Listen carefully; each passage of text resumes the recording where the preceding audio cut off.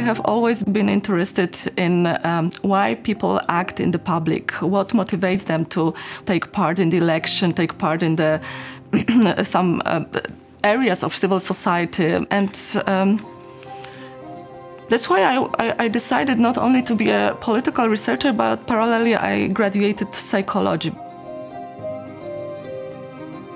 And a few years ago, following some demographic changes all over the world, I decided to explore political motivations of grey voters, people who are potential voters of more than 65. And we discovered that those people have rather weak psychological profiles. So we decided not only to go into the political motivations, but also try to help them. I set up the Research Center of Social Activation of Seniors, and we implemented there some projects, workshops, to empower older people, especially women.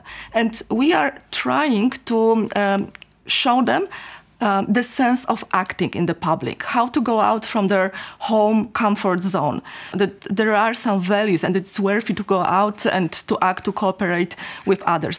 I think it was in March 2023 when we had a kick-off meeting of the European Union Horizon 2020 project.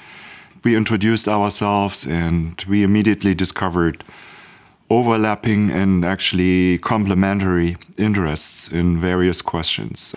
Agnieszka comes from a political psychology background and I'm a value researcher, so this was a very perfect match, one can say. Christian is a great, inspiring and challenging researcher, and this is something that's also have a great impact on me, on my research. And then it was his idea to come here and find the other background to work on them. I have met a lot of great people, even from administration staff, who are very supportive, and I'm very grateful for this. And also I like the practical perspective she brings in when we talk about gender research and also about intersectionality.